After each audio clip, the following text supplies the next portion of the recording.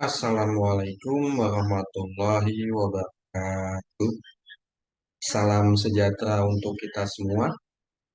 Dalam kesempatan kali ini, saya ingin mempresentasikan materi dari mata kuliah Ekonomi Syariah demi memenuhi ujian akhir semester dengan dosen pengampu Bapak Imhar SEMM dengan saya sendiri, Diki Adiwinata dari Prodi Manajemen Reguler Plus dengan NIM 28921 50261. Kali ini saya ingin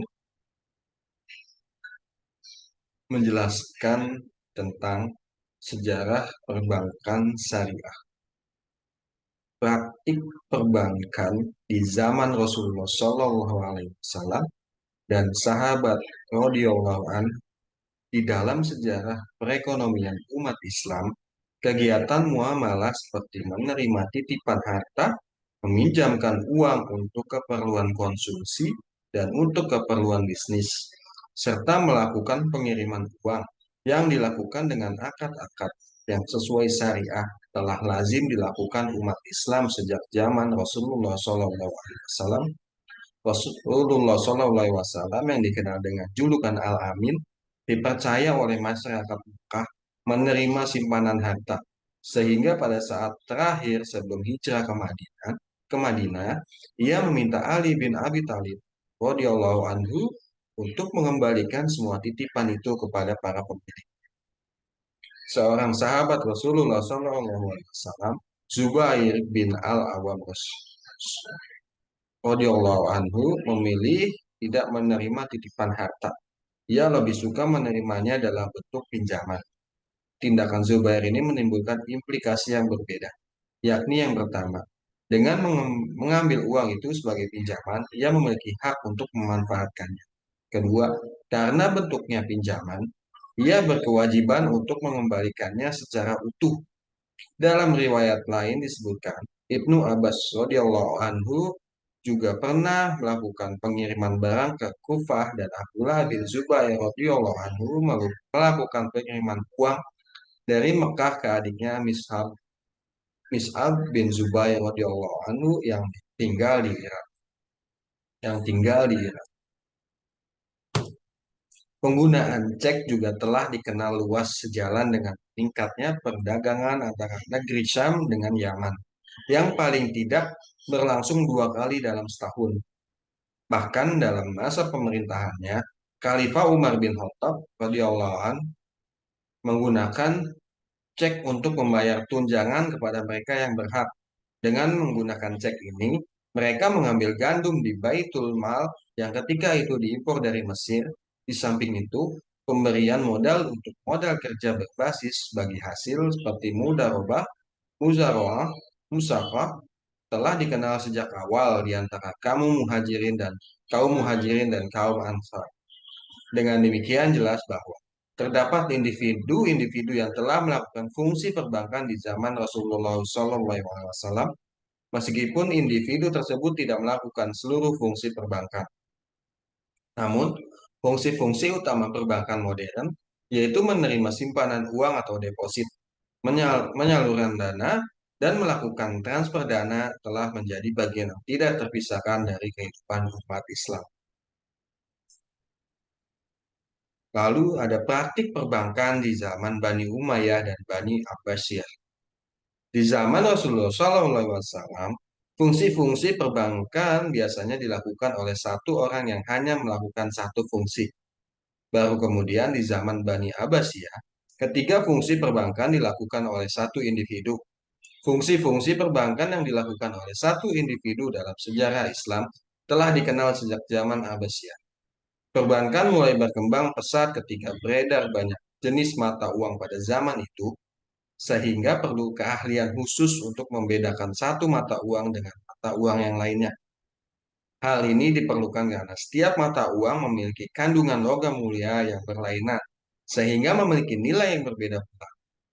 Orang yang mempunyai keahlian khusus itu disebut nakid, syaraf, dan zihbis. Aktivitas ekonomi ini merupakan cikal bakal dari apa yang kita kenal sekarang sebagai penukaran uang atau money change. Istilah zibis itu sendiri mulai dikenal sejak zaman Khalifah Muawiyah 661 sampai 680 yang sebenarnya dipinjam dari bahasa Persia, kahbat atau kihbut. Pada masa pemerintah Sasanid, istilah ini dipergunakan untuk orang yang ditugaskan mengumpulkan pajak tanah. Peranan bankir pada zaman Abbasiyah mulai populer pada pemerintahan Khalifah Muqtadir 908 sampai 932 Masehi. Pada saat itu, hampir setiap wazir atau menteri mempunyai banker sendiri. Misalnya Ibnu Furat menunjuk Harun Ibnu Imran dan Yosef Ibnu Wahab menunjuk Ibrahim Ibnu Yuhana. Bahkan Abdullah Al-Baridi mempunyai 3 orang banker sekaligus. 2 orang beragama Yahudi dan 1 orang Kristen. Kemajuan praktik perbankan pada zaman itu ditandai dengan beredarnya syak atau cek dengan luas sebagai media pembayaran. Bahkan, peranan bankir telah meliputi 3 aspek, yakni menerima deposit, menyalurkannya, dan mentransfer uang. Dalam hal yang terakhir ini, uang dapat ditransfer dari satu negeri ke negeri lainnya tanpa memindahkan fisik uang tersebut. Para money changer yang telah mendirikan kantor-kantor di banyak negeri telah memulai penggunaan cek sebagai media transfer uang dan kegiatan pembayaran lainnya. Dalam sejarah perbankan Islam adalah Syaf al-Daulah Al-Hamdani yang tercatat sebagai orang pertama yang menerbitkan cek untuk keperluan clearing antara Baghdad, Irak, dan Aleppo, Spanyol. Selanjutnya ada praktik perbankan di Eropa. Dalam perkembangan berikutnya, kegiatan yang dilakukan oleh perorangan jihbis kemudian dilakukan oleh institusi yang saat ini dikenal dengan bank. Ketika bangsa Eropa mulai menjalankan praktek perbankan, persoalan mulai timbul karena transaksi yang dilakukan mulai menggunakan instrumen bunga yang dalam pandangan fikih adalah riba. Dan oleh karena itu hukumnya haram. Transaksi berbasis bunga ini semakin merebak ketika Raja Henry ke-8 pada tahun 1545 membolehkan bunga interest meskipun tetap mengharamkan riba atau usury dengan syarat bunganya tidak boleh berlipat ganda atau eksesif. Setelah wafat Raja Henry VIII digantikan oleh Raja Edward ke-6 yang membatalkan kebolehan bunga bunga uang. Hal ini tidak berlangsung lama. Ketika wafat, ia digantikan oleh Ratu Elizabeth I yang kembali memperbolehkan praktik pembungaan uang. Ketika mulai bangkit dari keterbelakangannya dan mengalami renaissance, bangsa Eropa melakukan penjelajahan dan penjajahan ke seluruh penjuru dunia. Sehingga aktivitas perekonomian dunia didominasi oleh bangsa-bangsa Eropa. Pada saat yang sama, peradaban Muslim mengalami kemerosotan dan negara-negara Muslim satu persatu jatuh ke dalam cengkraman penjajahan bangsa-bangsa Eropa. Akibatnya, institusi-institusi perekonomian umat Islam runtuh dan digantikan oleh institusi ekonomi bangsa Eropa. Keadaan ini berlangsung terus sampai zaman modern ini. Oleh karena itu, institusi perbankan yang ada sekarang di mayoritas negara-negara Muslim merupakan warisan dari bangsa Eropa yang notabene berbasis bunga. Selanjutnya ada perbankan syariah modern. Dalam keuangan Islam, bunga uang secara fikih dikategorikan sebagai riba yang berarti haram. Di sejumlah negara Islam dan berpenduduk mayoritas Muslim mulai timbul usaha-usaha untuk mendirikan lembaga bank alternatif non-ribawi. Melihat gagasannya yang ingin membebaskan diri dari mekanisme pembentukan bank Islam mula-mula banyak menimbulkan keraguan. Hal tersebut muncul karena anggapan bahwa sistem perbankan bebas bunga adalah sesuatu yang mustahil dan tidak lazim. Sehingga timbul pula pertanyaan tentang bagaimana nantinya bank Islam tersebut akan membiayai operasinya. Konsep teoritis mengenai bank Islam muncul pertama kali pada tahun 1940-an dengan gagasan mengenai perbankan yang berdasarkan bagi hasil. Berkenaan dengan ini, dapat disebutkan pemikiran-pemikiran dari penulis antara lain Anwar Qais tahun 1946, Naim Siddiqui 1948, dan Mahmud Ahmad 1952. Uraian yang lebih terperinci mengenai gagasan pendahuluan mengenai perbankan Islam ditulis oleh ulama besar Pakistan, yakni Abul A'la Al-Maududi tahun 1961 serta Muhammad Hamidullah 1944 sampai 1962. Usaha modern pertama untuk mendirikan bank tanpa bunga dimulai di Pakistan yang mengelola dana haji pada pertengahan tahun 1940-an. Tetapi usaha ini tidak sukses. Perkembangan berikutnya, usaha pendirian bank syariah yang paling sukses dan inovatif di masa modern ini dilakukan di Mesir pada tahun 1963. Dengan berdirinya Midgam Local Saving Bank, bank ini diterima dengan baik oleh kalangan petani dan masyarakat pedesaan. Namun sayang, karena terjadi kekacauan politik di Mesir, Midgam mulai mengalami kemunduran, sehingga operasionalnya diambil alih oleh National Bank of Egypt dan Bank Sentral Mesir pada tahun 1967. Pengambil alihan ini menyebabkan prinsip nirbunga pada Midgam mulai ditinggalkan, sehingga bank ini kembali beroperasi berdasarkan bunga. Pada 1971, akhirnya konsep nirbunga kembali dibangkitkan pada masa rezim Sadat melalui pendirian Nasir Social Bank. Tujuan bank ini adalah untuk menjalankan kembali bisnis yang berdasarkan konsep yang telah diperhatikan oleh Midgam. Jumhur atau mayoritas atau kebanyakan ulama sepakat bahwa bunga bank adalah riba. Oleh karena itulah, hukumnya haram. Pertemuan 150 ulama terkemuka dalam konferensi penelitian Islam di bulan Muharram 1385 Hijriah atau Mei 1965 di Kairo, Mesir, menyepakati secara aklamasi bahwa segala keuntungan atas berbagai macam pinjaman semua merupakan praktik riba yang diharamkan termasuk bunga bank. Berbagai forum ulama internasional yang juga mengeluarkan fatwa pengharaman bunga bank. Abu Zara, Abu A'la Al-Maududi, Abdullah Al-Arabi, dan Yusuf Qardawi mengatakan bahwa bunga bank itu termasuk riba nasiah yang dilarang oleh Islam. Karena itu umat Islam tidak boleh bermuamalah dengan bank yang memakai sistem bunga, kecuali dalam keadaan darurat atau terpaksa. Bahkan menurut Yusuf Qardawi tidak mengenal istilah darurat atau terpaksa. Tetapi secara mutlak beliau mengharamkannya. Pendapat ini dikuatkan oleh Al-Shirbasi.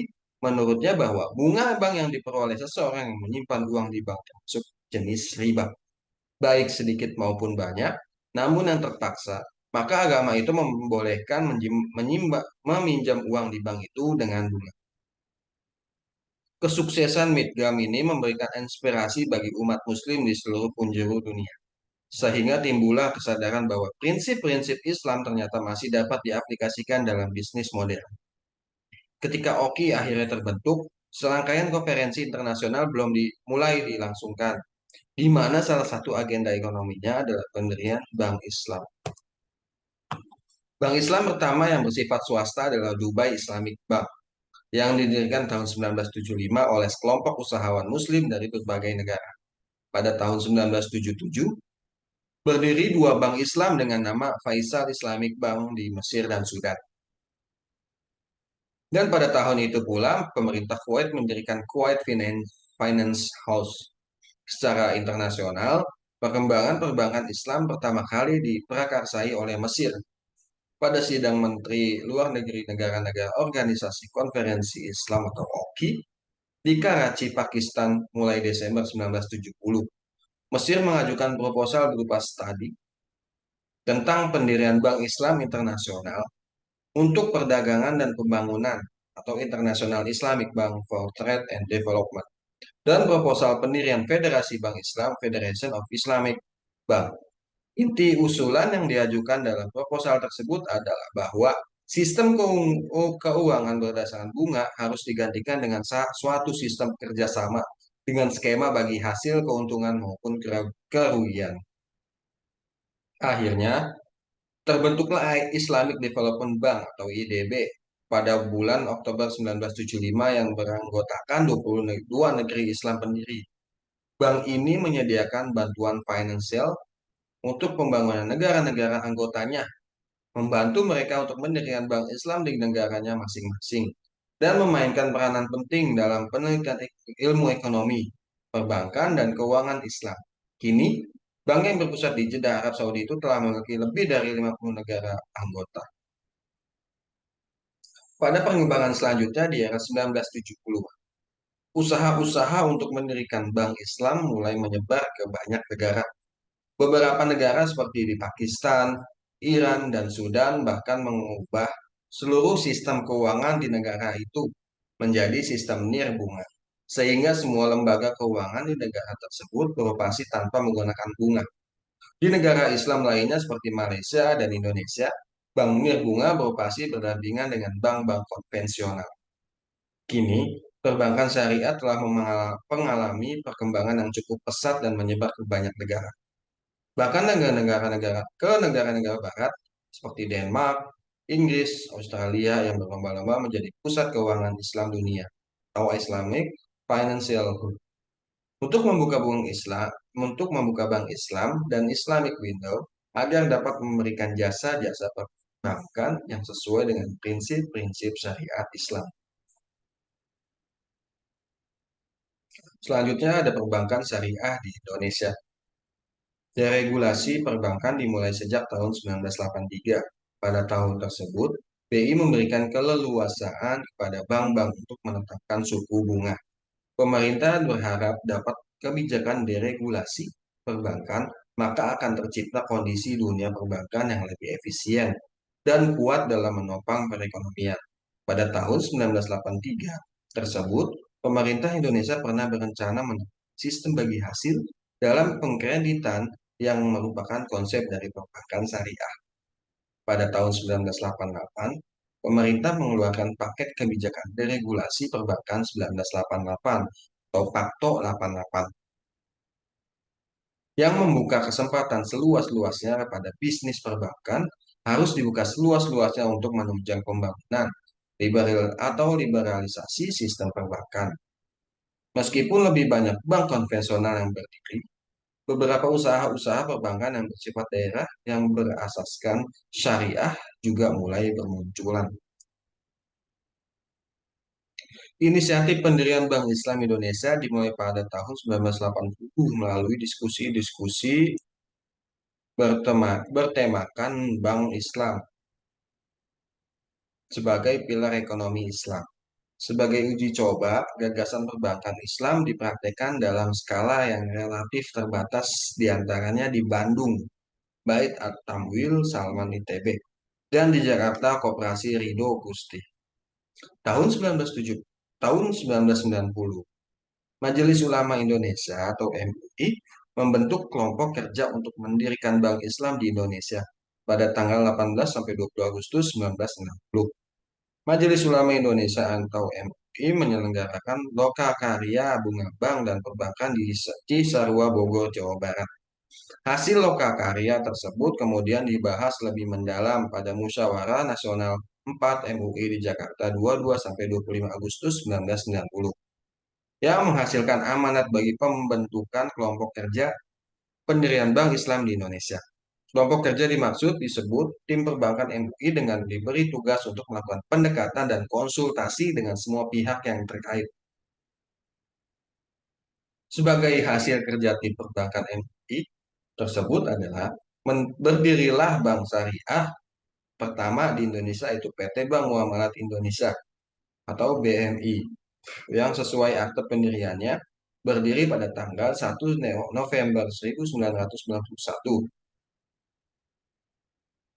Sejak tanggal 1 Mei 1992, BMI resmi beroperasi dengan modal awal sebesar 106.126.382.000. Pada awal masa operasinya, Keberadaan bank syariah belumlah memperoleh perhatian yang optimal dalam tatanan sektor perbankan nasional. Landasan hukum operasi bank yang menggunakan sistem syariah saat itu hanya diakomodir dalam salah satu ayat tentang bank dengan sistem bagi hasil pada UU Nomor 7 Tahun 1992. Tanpa rincian landasan hukum syariah serta jenis-jenis usaha yang diperbolehkan. Pada tahun 1998, pemerintah dan Dewan Perwakilan Rakyat melakukan penyempurnaan UU Nomor 7 Tahun 1992 tersebut menjadi Undang-Undang Nomor 10 Tahun 1998 yang secara tegas menjelaskan bahwa terdapat dua sistem dalam perbankan di tanah air atau dual banking system, yaitu sistem perbankan konvensional dan sistem perbankan syariah. Peluang ini disambut hangat masyarakat perbankan yang ditandai dengan berdirinya beberapa bank Islam lain, yakni Bank IFI, Bank Syariah Mandiri, Bank Niaga, Bank BTN, Bank Mega, Bank BRI, Bank Bukopin, BPD Jabar, dan BPD Aceh, dan lain-lain. Pengesahan beberapa produk perundangan yang memberikan kepastian hukum dan meningkatkan aktivitas pasar keuangan syariah seperti Undang-Undang Nomor 21 Tahun 2008 tentang perbankan syariah, Undang-Undang Nomor 19 Tahun 2008 tentang surat berharga syariah negara atau sukuk, dan Undang-Undang Nomor 42 Tahun 2009 tentang amandemen ketiga Undang-Undang Nomor 8 Tahun 1983 tentang PPN barang dan jasa.